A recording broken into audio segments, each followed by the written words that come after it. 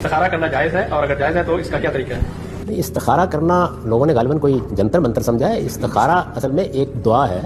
یعنی رسول اللہ صلی اللہ علیہ وسلم نے اگر کوئی اس طرح کا مسئلہ پیش آ جائے جس میں آپ فیصلہ نہ کر پا رہے ہو یا کوئی اقدام کرنے جا رہے ہیں، تو جس طرح اور بہت سی دعائیں سکھائی ہیں، یہ بھی ایک دعا ہے. استخارہ عربی میں اس کا مطلب ہوتا ہے خیر چاہنا، بھلائی چاہنا.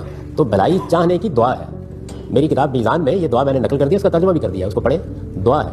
تو رسالت میں آپ صلی اللہ علیہ وسلم نے بعض بڑی خوبصورت دعائیں کی بھی ہیں، سکھائی بھی ہیں. ان میں ایک یہ بھی دعا ہے. تو ہم اللہ تعالیٰ سے جس طرح باقی دعائیں کرتے ہیں، اسی طرح ایسے موقعوں پر دعا کرتے ہیں کہ پروردگار تو اپنے علم کے مطابق ہماری رہنمائی کر، ہمارے لیے خیر پیدا کر دے، بہتری کی شکل پیدا ہو جائے. بس یہ دعا ہے، اس سے زیادہ کچھ نہیں ہے. تو دعا ضرور کریں. دعا عبادت ہے، دعا اللہ تعالیٰ کے حضور میں درخواست ہے. اور دعا خاص طور پر جو پیغمبر صلی اللہ علیہ وسلم کی زبان سے صادر ہوئی ہے وہ بڑی پاکیزہ دعائیں ہیں. ہرگز نہیں کہا گیا کہ اس کے بعد خواب آئے گا، اس کے بعد یہ ہوگا، اس کے بعد وہ ہوگا. یہ تو کاروبار ہے جو لوگوں نے شروع کر لیا ہے. اور اب تو صورتحال یہ ہو گئی ہے کہ لوگ دوسروں سے کہتے ہیں کہ آپ ذرا خواب دیکھیے، اور وہ خواب جو ہے وہ دن میں 10 مرتبہ دیکھ کے بتا دیا جاتا ہے. اب وہ بیداری میں بھی نظر آنا شروع ہو گیا. یہ کوئی حقیقت نہیں اس کی. استخارہ محض ایک دعا ہے جو حضور نے ایسے موقعوں پر اللہ سے مانگنے کے لیے تعلیم دی ہے.